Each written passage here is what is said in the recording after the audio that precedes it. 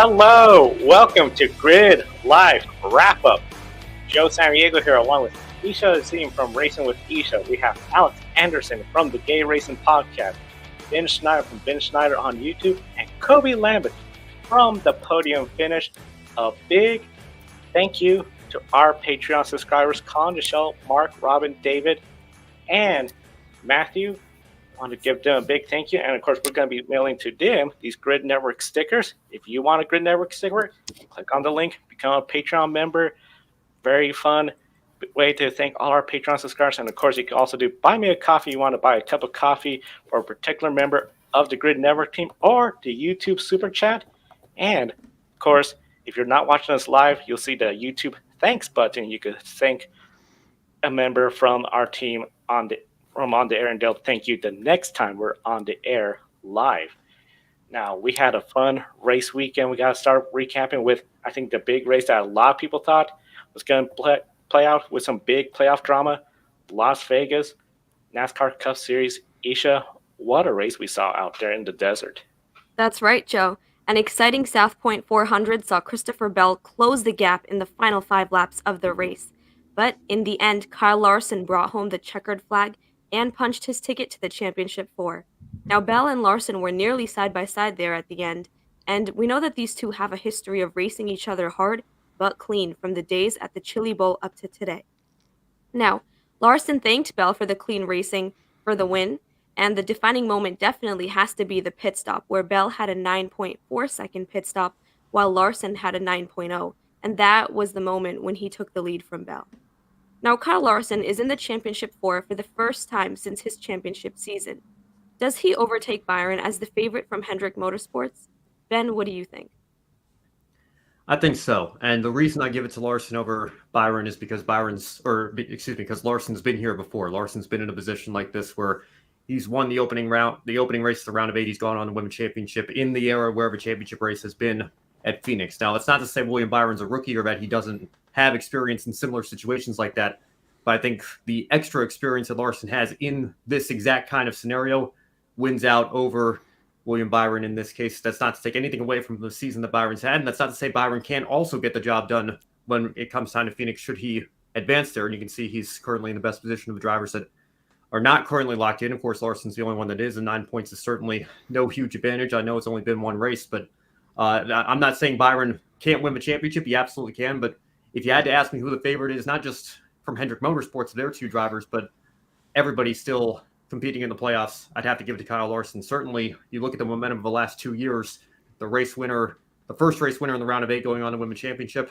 I think Kyle Larson has a good shot to make that 3 in a row this year. I've honestly already had Larson favored over William Byron, just because Larson, I know he's had an up and down season, but he's more consistently up at the front competing for these wins and has some bad luck happen, it seems, every once in a while. But now that he's locked in, I feel like he's the easy favorite from Hendrick Motorsports. And honestly, we're going to talk about JGR in a minute. He might be the overall favorite, beating Denny Hamlin now for me. Because William Byron, I know he has more wins than anyone this year. It's just the consistency, I feel like, just isn't there sometimes. But I think Byron will make the championship 4. But Larson, I definitely do agree that he is the championship favorite right now. And going into next 2 races, I mean, he dominated Homestead a year ago, Larson did. I mean, he gets to just chill and relax until he gets to Phoenix. He's going to be dangerous, I think. Now, Alex and Ben, Bell was disappointed that he didn't get the win and round of 8.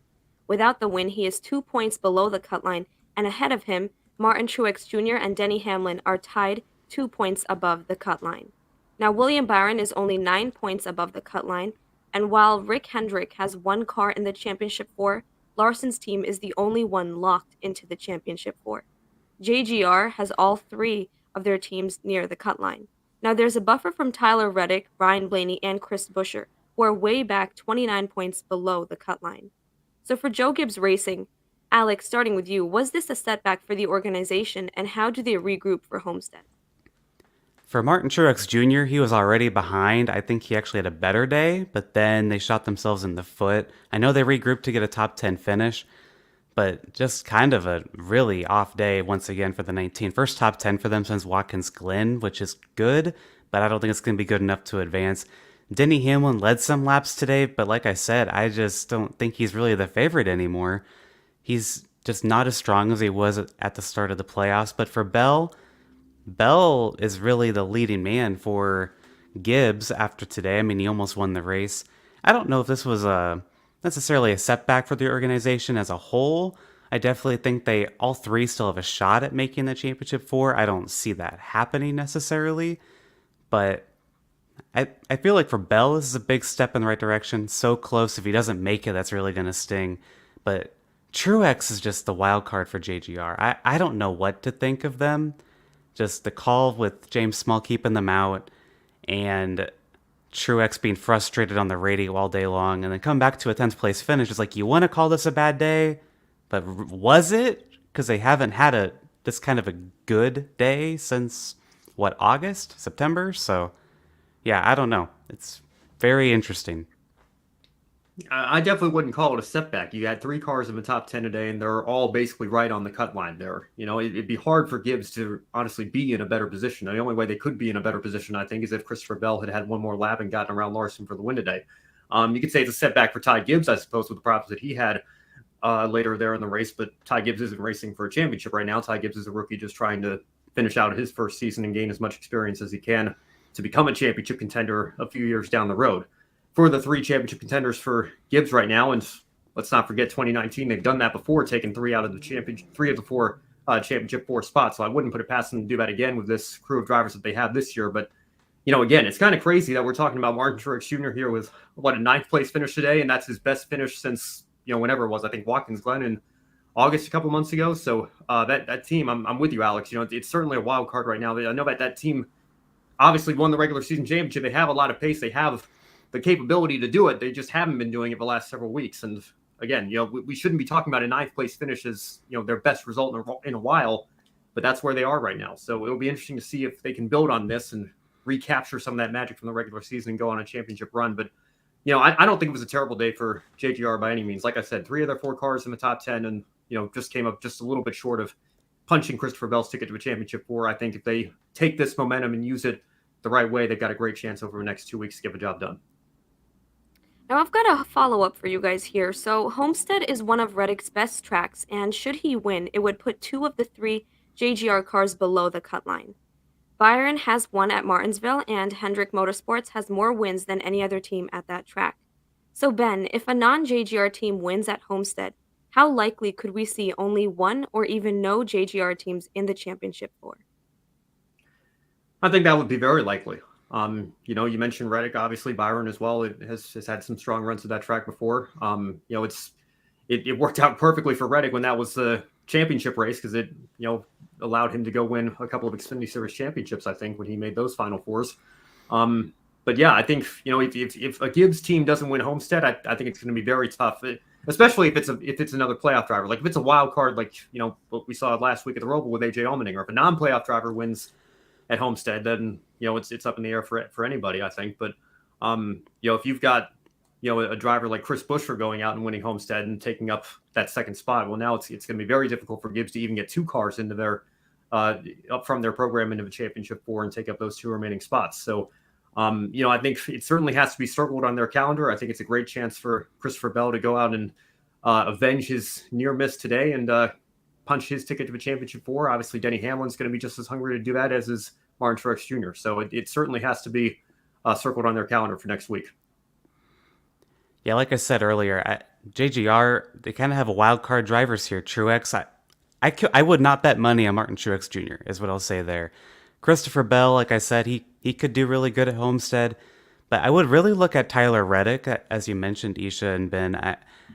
I feel like he's probably the second favorite behind Kyle Larson going into Homestead, and if he's going to knock out a JGR car, it would definitely be them. But Denny Hamlin's good at Homestead as well. But are they going to be able to catch Kyle Larson? I don't know. If Larson hits the wall and it destroys his car, it doesn't really matter. So he might just be out there right in the wall the whole day.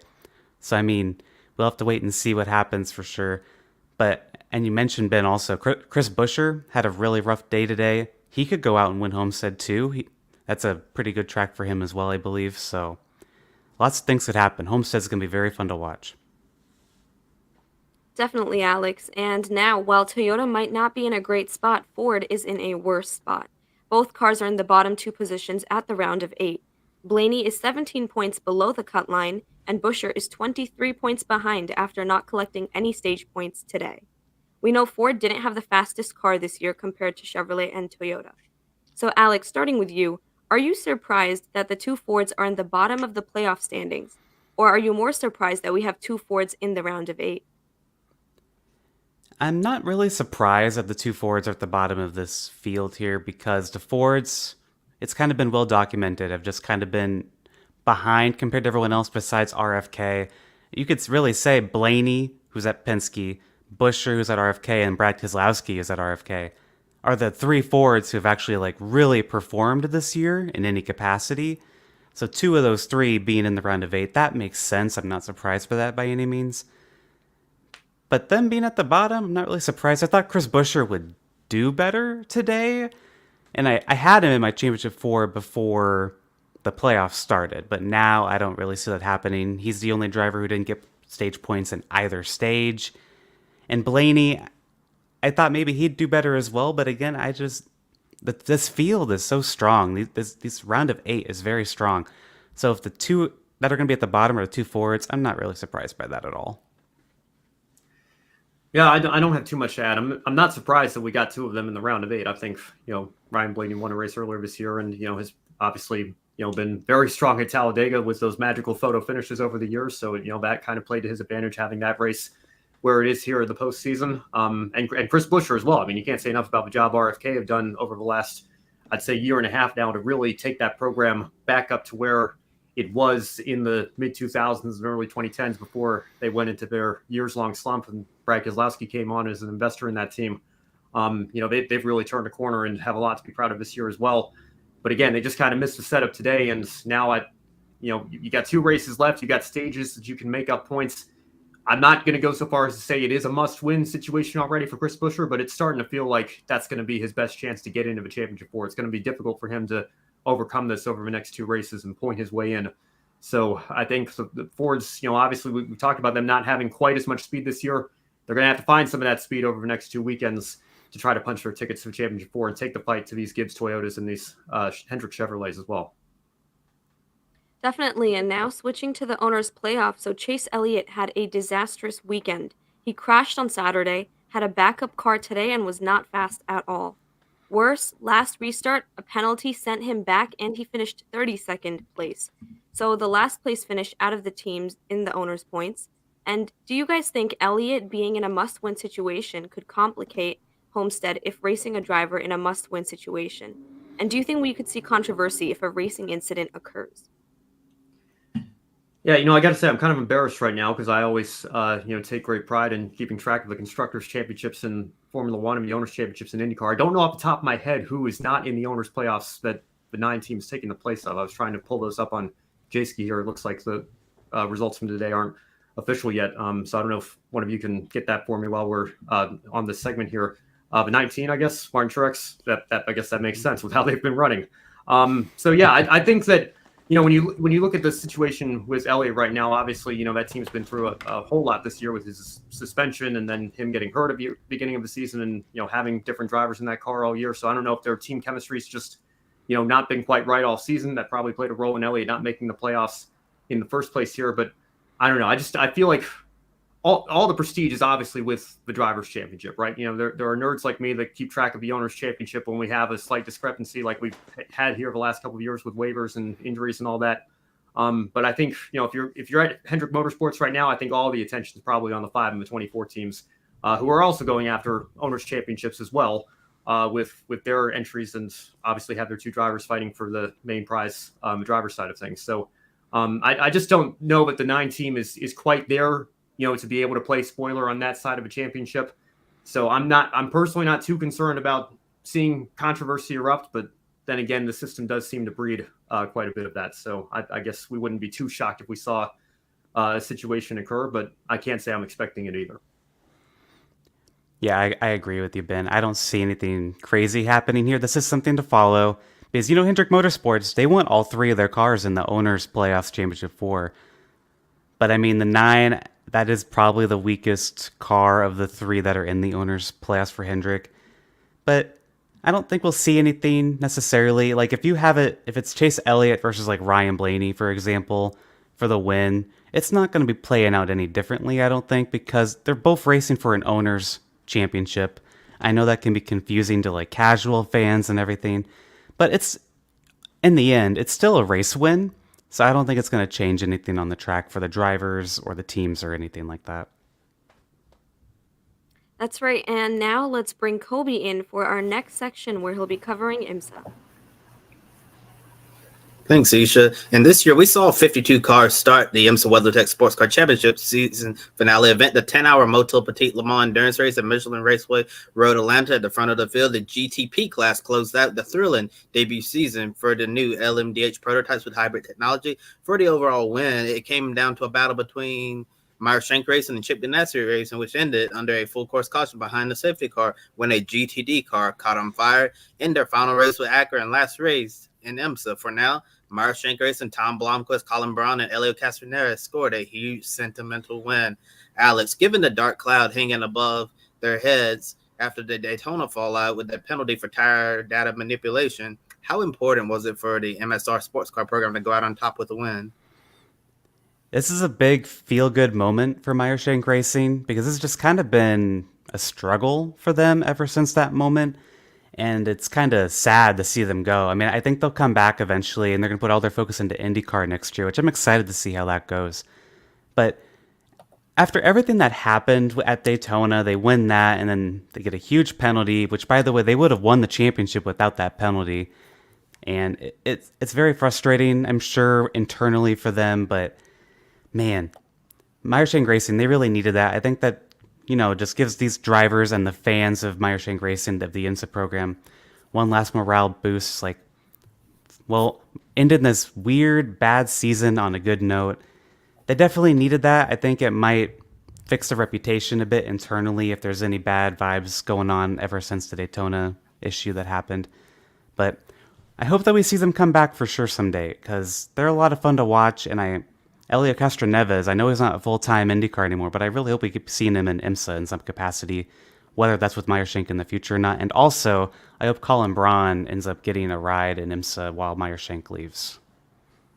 Yeah, totally agree with you on Colin Braun there. He's definitely worked his entire career to get a big-time factory drive in the top class like this. And in the 1 year he gets it, that's the only chance he gets for now. And we'll have to wait and see if he gets something for 2024. But if I'm one of those teams and manufacturers in IMSA, Colin Braun will be on the top of my list to hire for 2024. And I think that this was a fantastic win for Meyer Shank Racing. And as we've been talking about for months here on Grid Network about this penalty they received at Daytona, it really hurt their reputation a lot inside the IMSA paddock with members there and the fans alike. And I remember when they won in the middle of the season during the summer at Canadian Tire Motorsport Park, Blomqvist and Brown, they were so relieved. Everyone was so relieved to finally win fair and square there, because they felt like a massive weight was lifted off their shoulders after the Daytona penalty, and then go out on top like this with the win. You really can't write a story much better than that. And I do think we'll see Meyer Shank Racing back in IMSA someday, maybe 2025 or several years after that, whenever we see them. But I don't think that the Meyer Shank Racing chapter in IMSA is over. It's just on pause for now, because Michael Shank, the co-owner of this team, this is how he came up in IMSA racing, and I can't imagine that he'd like to stay away for a very long time. Unfortunately, there just wasn't an opportunity for them to have a sports car program in 2024. But looking at the positive side of this, as you mentioned, they'll still be an IndyCar. So all of these people on the sports car program, they can shift them over to IndyCar for a year or so and hopefully make that program a lot stronger, so they can get those two cars for Tom Blomqvist and Felix Rosenqvist moving up the grid. And now we're going to talk about a little bit of controversy. In the latest episode of Action Express Racing and Wayne Taylor Racing with Andretti Global, battling for the championship, chaos ensued. Heading up the hill in the turn one, Felipe Albuquerque forces number 10 Konica Minolta to Acura around the outside of Pippo Durrani's number 31 Whelen Engineering Cadillac. Durrani ran Albuquerque wide, who went off into the grass and head on into the tire barriers in a huge impact. Albuquerque got out of the car and was assisted away from the scene after we heard the sound of him in pain over the radio. Then he was transported and later released from a local hospital. This essentially handed the inaugural GTP title to Action Express. Pippo Durrani and Alexander Sims, a sixth-place finish was good enough to get the job done. After reviewing the incident, IMSA decided not to take any action against Durrani for a run in Albuquerque off the track. So, Alex, in your opinion, was Durrani's move fair or unfair because the championship was on the line? And do you think IMSA should have penalized him? Yeah, this move was very over-aggressive by Pippo Durrani. I honestly thought for sure that IMSA was going to do a penalty of some sort here, but they didn't, and I feel like they did that because they didn't want to interfere with the championship. That's just speculation on my part. I don't know for sure. It was just so aggressive, and then for Albuquerque to go straight head on into that wall, just all around bad situation. Hope Philippe's feeling better today and everything, but just I did not like that move at all, honestly. I get it, you're going for a championship, but you can't just basically wreck a guy to do that. And that move basically gave them the championship on top of IMSA not doing a penalty of any kind.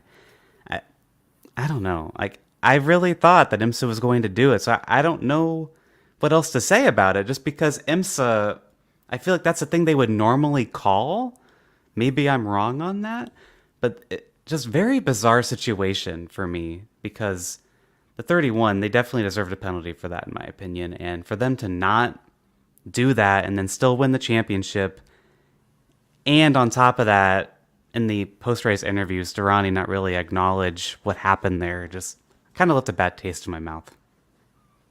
Yeah, I was also very surprised that IMSA didn't penalize Durrani. I thought it was certainly an avoidable contact penalty. I like looking at all the avoidable contact penalties that have been called in the past. That one was definitely an avoidable situation. I guess if you're playing devil's advocate, you could have said that Felipe Albuquerque didn't have to make that move around the outside then and there. That he could have waited till they got down that long back stretch going down the hill, or when they're in lap traffic, try to take advantage of the situation when Durrani was trying to lap the GT car. So I guess you could say he should have waited, but he's a racing driver. You go for a gap if you see it. He thought he could make it around the outside, but unfortunately, Pippo didn't really leave him any room. I was reading a Sports Car 365 article earlier today and interviewed Pippo Durrani, and he actually said that the Albuquerque move was very desperate in his opinion instead of the other way around. So I thought that was very interesting. So as you see, Pippo doesn't have any problem with what he did there. IMSA decided not to call the penalty,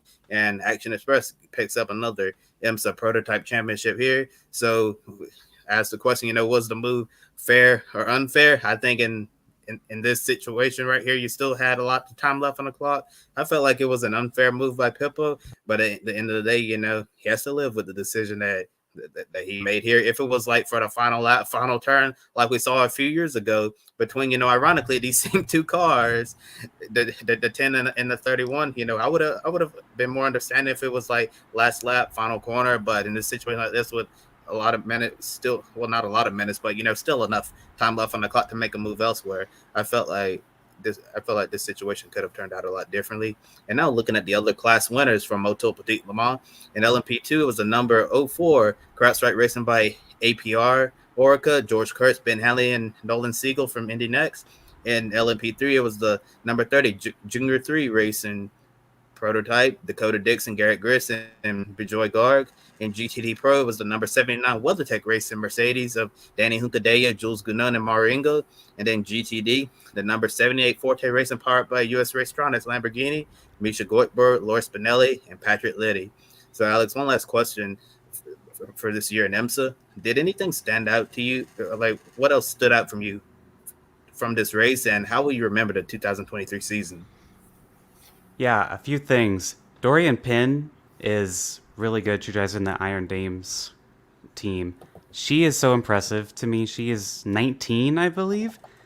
Like, I would love to see her like in a top team. I don't know if she'll leave the team she's at right now, but she is so impressive. Putting on fastest laps, competing for wins every time I've watched a race this year. So impressive. I hope she gets a big opportunity in some capacity. Another thing I want to mention, Joseph Newgarden and Jensen Button made their GTP debuts this weekend. That was a lot of fun, and Jensen made a comment saying that he had a lot of fun racing against Joseph, and like that's just so cool. Formula One champion and a two-time IndyCar champion making their debuts in the top level of IMSA. That was so cool for me. But this season, I didn't watch every single race. I watched most of the enduro races. IMSA is such a fun and unique product compared to all other motorsport for me because you get a bunch of crossover. And I hope that continues to grow because, like I just said, you had Newgarden, you had Button in the race, you had Scott McLaughlin, who unfortunately was in a tower car, and that car crashed on the pace laps and on lap one, and we're just behind all day. But you just always have crossover from different areas. You have IndyCar drivers, you have Formula One drivers, sometimes you have a NASCAR driver come over every once in a while. And that's something for me with IMSA I just always appreciate, and I hope we continue to see that in the years to come. But for this season as a whole, just once again, IMSA just I feel it always delivers. Like there are some times that are weird. There's weird incidents like Watkins Glen comes to mind. Wasn't a fan of how some cautions weren't thrown when they maybe should have been.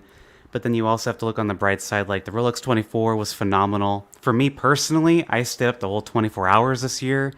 That was something I've always wanted to do, and I'll never forget that. I might do it again someday, not next year. But yeah, I love IMSA, and I think a lot more people should watch it. Yeah, I believe we have a comment in the chat below.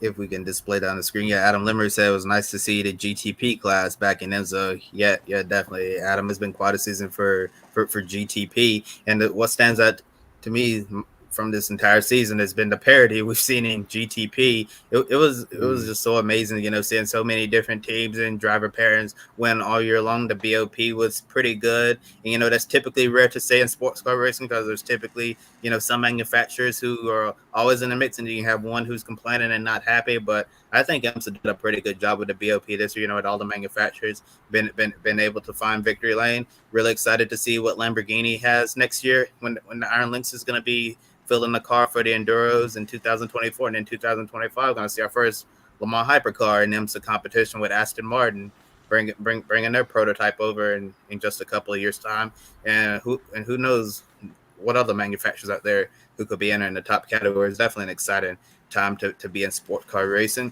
And also, Alex, totally agree with you. Dorian Pam was absolutely fantastic during her first stint. That was just a marvelous drive.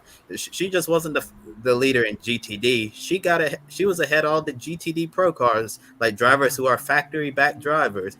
When you look at their driver ratings, they're gold and they're platinum drivers, and she was able to outrun those. And at one point during the race, she had the fastest lap of the race, faster than all of those factory back drivers. And I have a feeling someday Dorian Penn keeps this up, she's going to be right there with them. She's going to be a factory back manufactured driver, because she is really, just doing some amazing things right now. You mentioned she's only 19 years old, and there's a lot of great things that are going to be happening in her future.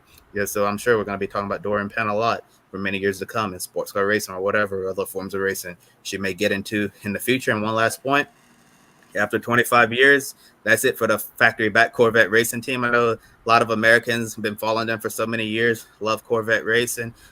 Corvette racing is not necessarily going away, but they're still going to be around, but in a different form. It's not going to be that factory back program that you're used to. It's going to be more customer based. Yeah, so the Pratt Miller Motorsports by Corvette Racing, they're going to be in IMSA next year, fielding 2 cars. I already announced those driver lineups. So we're still going to see the Corvette presence. We're also going to see them racing other series as well with the new Corvette GT3 cars. So there's a lot to be excited about there.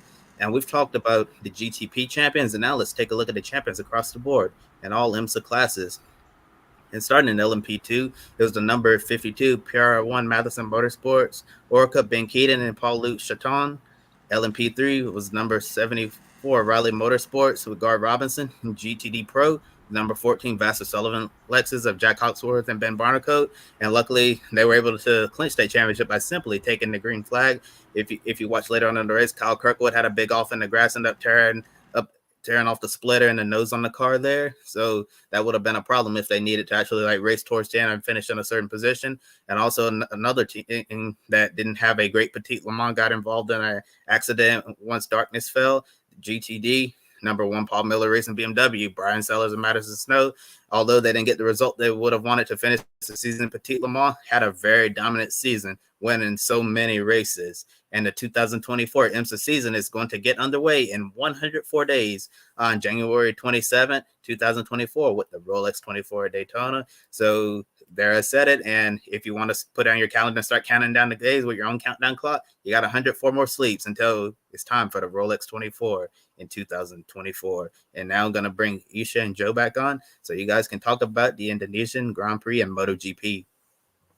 Thank you, Kobe. That's right. Now, switching gears over to MotoGP. So, the MotoGP Indonesian Grand Prix of 2023 has a now interesting stat to add to their records books.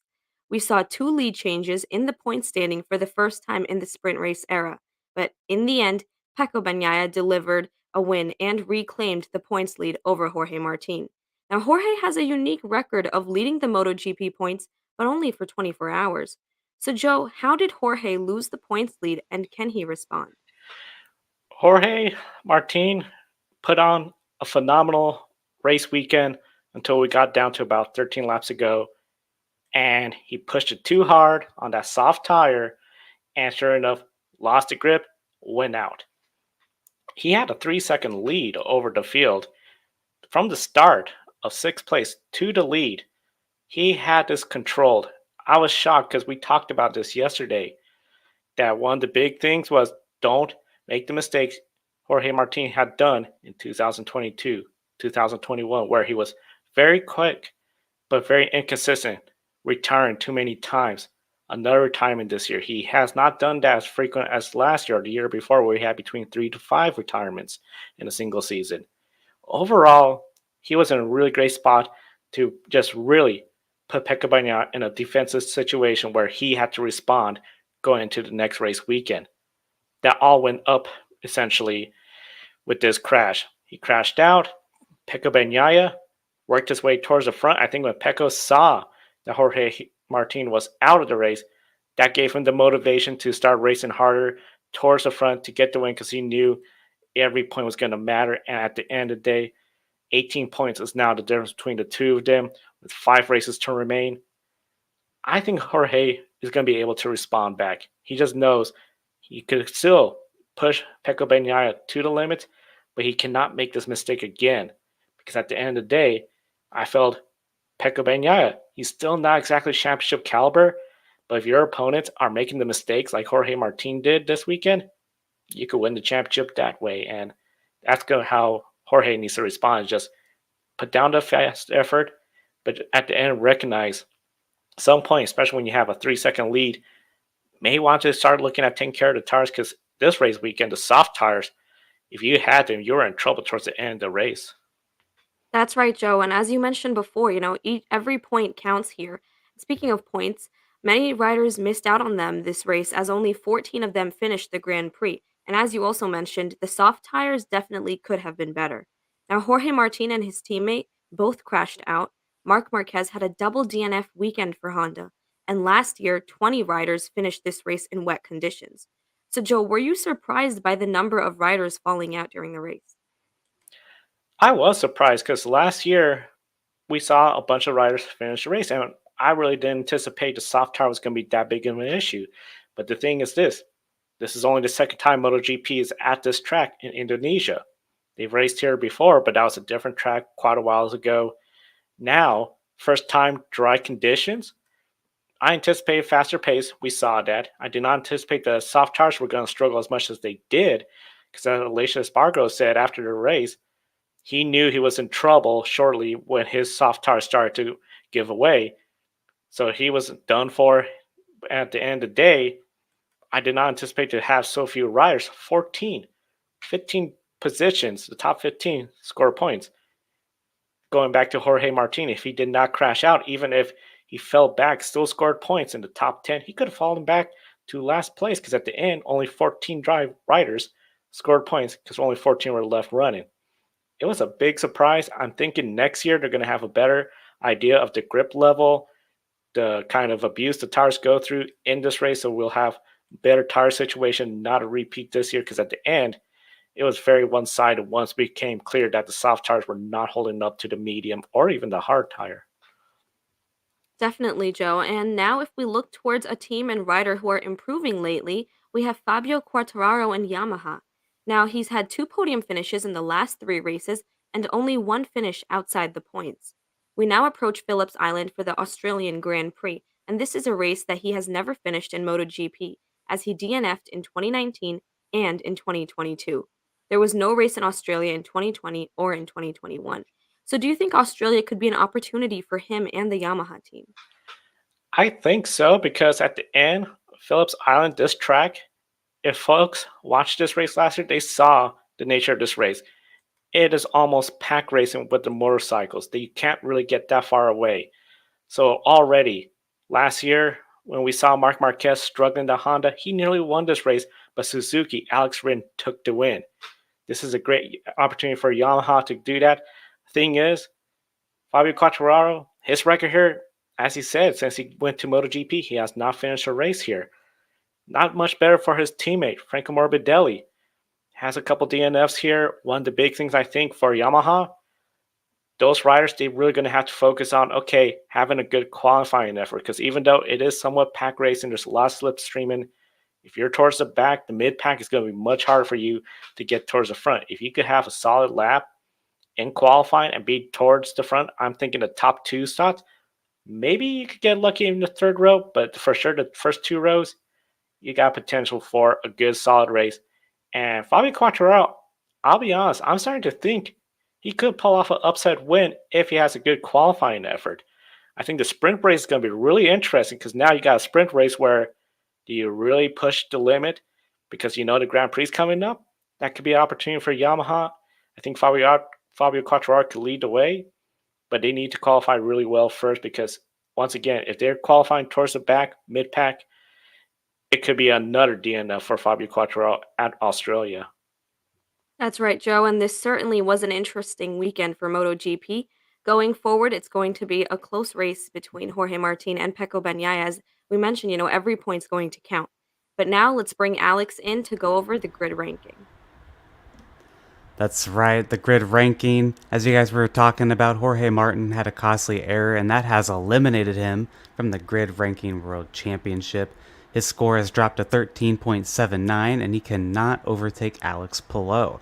This leaves Pecco Bagnaia in a must-win situation to overtake the IndyCar champion, Alex Palou. Brody Kostecki is also in a must-win situation with only 4 supercars races left in the year. However, if Max Verstappen wins 2 more Grand Prix races, he will clinch the grid ranking world championship. Ben, Isha, Max Verstappen is trying to win his 3rd United States Grand Prix this next weekend, joining Michael Schumacher and Lewis Hamilton. Also, he would join Carlos Reutemann and Gilles Villeneuve and Alan Jones to win 2 races in the U.S. in the same F1 season. Reutemann and Villeneuve won Long Beach and Watkins Glen. Jones won Long Beach and the Caesar Palace Grand Prix. So, Isha, let's start with you. Is it safe to assume he becomes the 3rd driver to win the U.S. Grand Prix in a row, 4th to win 2 American races in the same season, and positions himself as the first F1 driver to win all 3 with Las Vegas next month? Alex, I think it's very, very likely. I think it's safe to assume that all of that is going to happen. It's funny because on every show where we're covering Formula One, we always talk about Max Verstappen and, a new record that he could set or, another record that he could match. And it's like the same with this one, as we're saying, he could become the 3rd driver to win 3 US Grand Prix in a row and, all the other things that you mentioned. But, I mean, Max Verstappen, we already know what kind of a performance to expect from him and what we're going to see at the Grand Prix. But what I'm interested in is seeing who else is going to be on the podium up there because in the recent races, we've seen a close battle between some of the teams, for example, like Ferrari and McLaren. So I know this is going a little off track with your question, but I'm just really excited to see what's going to happen next weekend. And I feel like with every race that gets closer to the end of the season, it's going to be a tighter and tighter battle for those 2nd and 3rd place positions. Yeah, Carlos Reutemann. That's not a name that I would have expected to be in the same group there with Alan Jones and Gilles Villeneuve as drivers that have won 2 races in this country over the same season here. And I guess Max Verstappen's got a chance to make it 3, like we were mentioning. I think it's safe to assume at this point, and maybe Singapore is the warning against this, because it does happen. They do have the occasional off race here or there, but I think Singapore has really become Max Verstappen's Achilles heel. We were talking about that a couple of weeks ago on this show. I think it's safe to assume for the foreseeable future, at least through the end of this year, that Max Verstappen's just going to continue to win everything. I think the Red Bull is just so far ahead of everybody that if I had to make a pick right now for both COTA and Las Vegas, I'm going to go with Max Verstappen. I don't see anything stopping him in that regard. And of course, the grid ranking is, I think, just like the actual World Championship in Formula One. I think it's a matter of when, not if. We're talking about all these scenarios, and well, if this situation happens, then this driver still has a mathematical chance, and their score could increase. If Verstappen's goes down by this, it's not going to happen. Max Verstappen, he might not win out the rest of the season, but he's going to be the 2023 grid ranking champion at some point. We're going to be saying those words on this show. And now let's take a look at the rest of the grid ranking. Kyle Larson, today's NASCAR winner, moved from 25th to 21st. Denny Hamlin dropped from 19th to 20th, now behind Pato O'Ward. William Byron is in 12th place and still could make it into the top 10. Byron is the highest American in the grid ranking, and every year since 2017, at least one American has made the top 10. Joseph Newgarden was the only American in the top 10 last year. NASCAR has just 3 races remaining in their season. Formula One and MotoGP have 5 more races. Supercars and the World Rallycross Championship both have 2 more races. So the season is winding down very quickly for the 2023 grid ranking. Friendly reminder to mark your calendar for the 2024 grid ranking. Week 1 is released on April 7th of 2024. We have a comment from Adam in the chat. Las Vegas is going to be a wild card race in F1. Max Verstappen will not win that GP, says Adam. That is a bold statement. I would like to see that. I don't think that will happen, though. We'll see. But make sure... They said the same thing about Miami last year, and look what's happening in the last 2 seasons. I don't see it happening. Very true. And now... yeah, the first Sunday of April is week 1 of the grid ranking every year, so stay tuned for that next year and subscribe to Grid Network to not miss any of the remaining races this season. Next weekend, we'll be covering Formula One, MotoGP, and NASCAR. Now it's time for one shining moment. Kobe, take it away. Yeah, time for the one shining moment. If you're watching us live, please let us know what stood out to you the most from this racing weekend. I know as we get toward the end of the motorsport season here in 2023, there's a oh my goodness, I got excuse me, my throat is a little dry, but what I was trying to say, as we get towards the end of the season, there's fewer options to choose from your one shining moment. So yeah, I got it out there. And Joe, take it away with your grid one shining moment. My one shining moment comes from MotoGP. Marco Bezzecchi, what an effort. Last week, we found out the news he got injured during practice testing at Valentino Rossi's potential track place for VR46. On grid tonight, you all talk about how this is going to jeopardize his championship effort. He might be sitting out. What an effort to pull through in this race. In the sprint race, he got a podium finish while riding injured. And motorcycle racing, this has to be one of the most physical forms of motorsports, where you are leaning the bike turn after turn. The pressures of, if you get in a crash, you could really re-injure yourself. And Marco Bezzecchi, podium in the sprint, top 5 finish in the Indonesian Grand Prix, where we saw a lot of riders go out. What an effort. If he could potentially get closer to the top 2, this race is going to be one of those races that everyone's going to look back that this was a moment where he really proved he belongs to MotoGP, one of the best riders out there. Marco Bezzecchi, my one shining moment. My one shining moment is Kyle Larson, not just for winning today's Cup race and locking into the Championship 4, not just for winning the High Limit Sprint Car Series Championship, not just for, doing his rookie orientation program for the Indianapolis 500 next year. Just everything that Kyle Larson does. This guy is just on top of the world. I think he's now the championship favorite in NASCAR. He's my shining moment for this week. He's doing so much. All of this, the things I just mentioned, happened in the past week. it's remarkable. Kyle Larson's my shining moment for the week, 100%. All right, I'm going to cheat a little bit, and hope you guys forgive me. I want to thank you all for giving me last weekend off. As most of you know by now, my grandfather passed away last weekend, and so I want to take a couple of days to grieve and go through that mourning process. My one shining moment for this weekend, I'm going to save the encore show tomorrow. I think you can figure out from there what I'm going to talk about on the Xfinity side of things. But, I always do my best to stay objective and not openly pull or root for drivers on this show. But I think at the same time, you never truly outgrow your love and passion for your childhood favorite. I think if most people follow me long enough, they know that I've been an AJ Allmendinger fan since his Red Bull days in 2007. That was my childhood favorite driver growing up. So, like I said, I don't actively root or pull for him anymore, but I will never be unhappy seeing him take a checkered flag in a NASCAR Cup Series race. And for him to go through that last weekend and get the victory at the Charlotte Roval, now undefeated at the Charlotte Roval, I guess you could say, 5 years in a row, but he's won at least one race on that weekend with his 4 straight in the Xfinity Series for the last 4 years, and then winning the Cup race this year. He just has that track figured out 100%. And I've never seen him that emotional. And AJ's a pretty emotional guy. He gets fired up every time he takes a checkered flag in one of his races because, as he said, you never know when you're going to get to do it again. You never know when you're going to win your last race.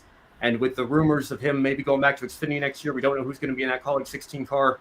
There's just something about that win last weekend that symbolically maybe felt like it might be his last Cup win. I'm sure he's going to come back and do the road courses again next year. But all credit to him and that colleague team for pulling off an emotional win and a very, very strong statement victory for AJ Allmendinger to prove that he can still be here and he can still get the job done even in his early 40s here. It's great to see him get that win. That's my one shining moment from last weekend. But because I wasn't on the show last weekend, and thank you all again for allowing me to take last weekend off, I'm going to highlight that here in my one shining moment on tonight's show. Great job, AJ Allmendinger, everybody at Colleague Racing. For my shining moment, I'm also going to pull from MotoGP. Joe had a great pick as well, but I'll say Jorge Martin taking the points lead from Pecco Bagnaia, and then Pecco Bagnaia taking it right back. I'm going to stick with that for my one shining moment. And my one shining moment is going to be nothing that happened on track this weekend, but a story we learned about at the Indianapolis Motor Speedway during the middle of the week when Kyle Larson was there, Rick Hendrick, Jeff Gordon, and Aaron McLaren. As you guys may remember, Will Power was supposed to make his Rolex 24 debut earlier this year with Sun Energy One, but he pulled out at the very last moment, citing a family emergency, and that's when we learned that his wife Liz was really sick. What we learned this week from Rick Hendrick is a lot more from this story. Will Power presented Rick Hendrick with one of his helmets, and we were all wondering, why is he doing that? We didn't even know that Will Power, knew Rick Hendrick like this or even had any sort of relationship with him. But the special thing about this is when Will Power's wife hit her health, took a turn for the worse. She was actually close to death, as we've learned. Rick Hendrick, called around and kept calling, found the best doctors and the best hospitals that could treat her condition. And now, Liz is alive today, and Rick Hendrick played a huge role in helping get the right doctors involved in this situation, get her to a place where she'd be able to get on the road to recovery. So I thought that was a really kind gesture of Rick Hendrick to do that for Will Power, because he didn't have to do that, but out of the kindness of his heart, he did what he could and used all of his power to make sure that Liz could get the best possible care that she could at the time. So I thought that was a wonderful thing that Rick Hendrick did.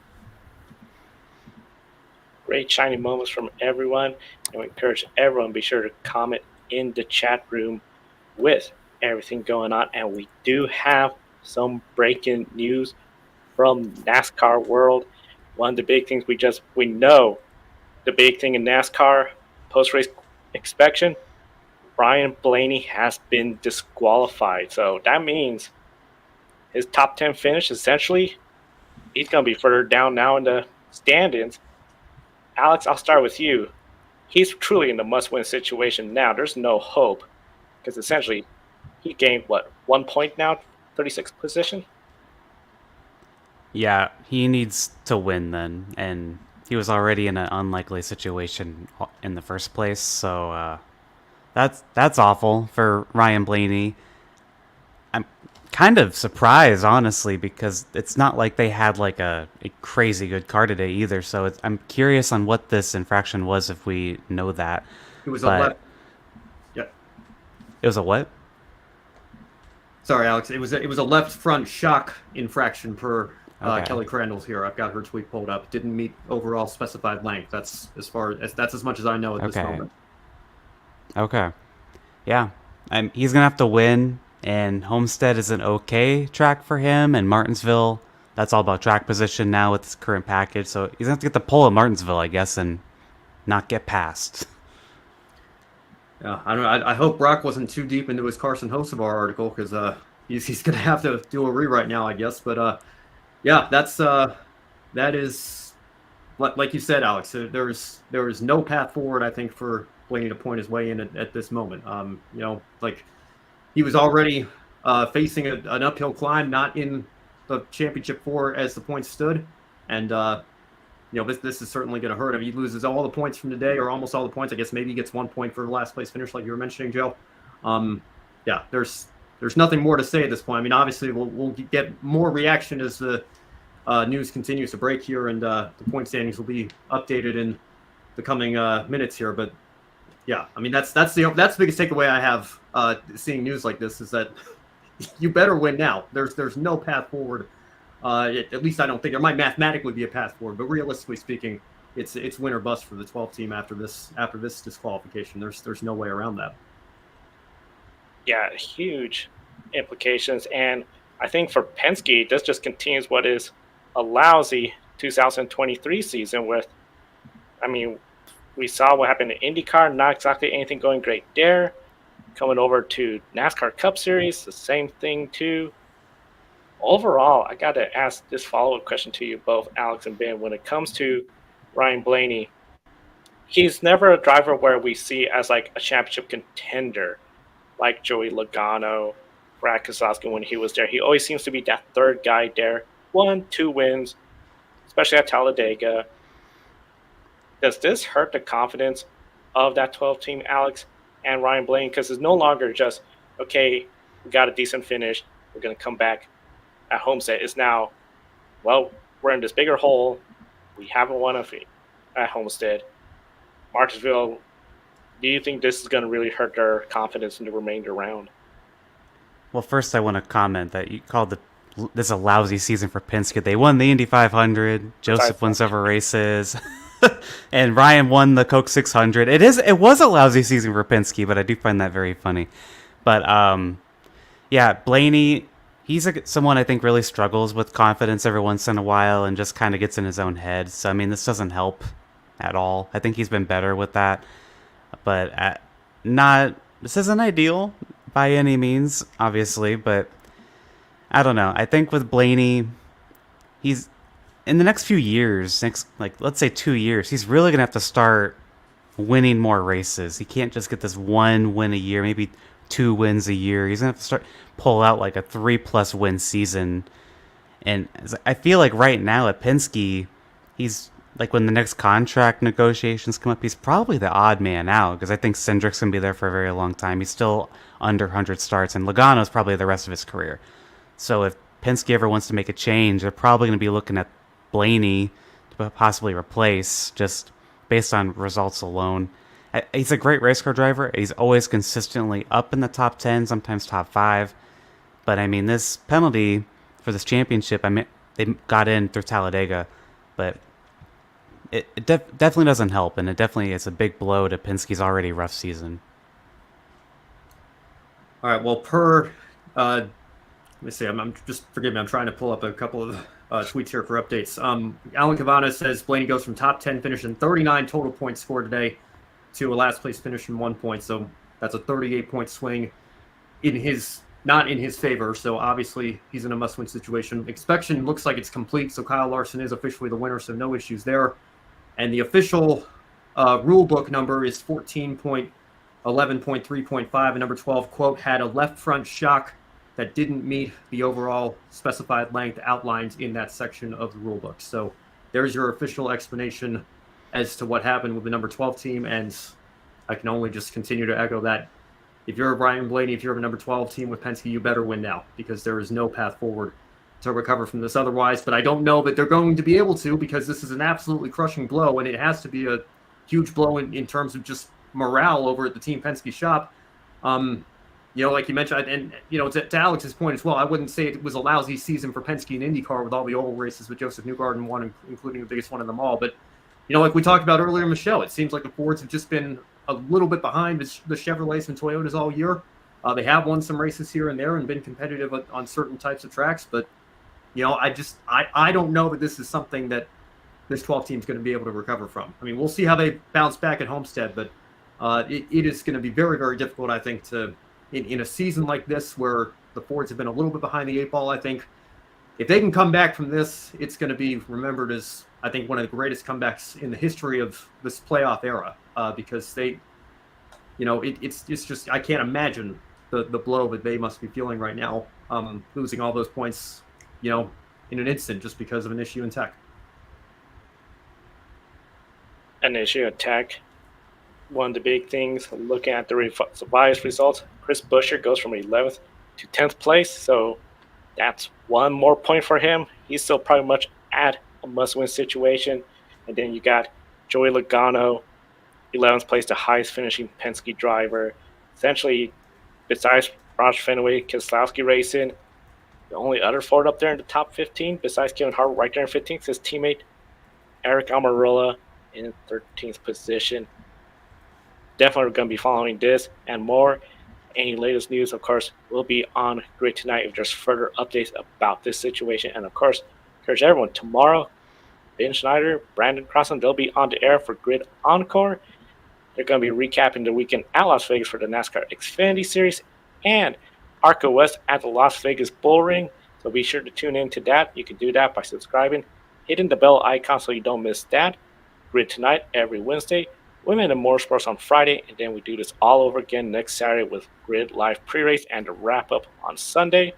And a big thank you to our Patreon subscribers, Colin, Michelle, Mark, Robin, David, and Matthew.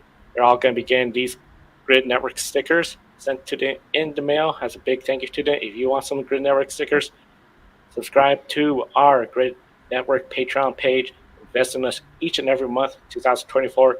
We want to start sending more folks to the track, expanding our coverage. And, of course, buy me a coffee, YouTube Super Chat. If you're not watching us live, you'll see the thanks button where you can hit thanks. And, of course, buy a cup of coffee or a thanks to a particular member of the Grid Network team.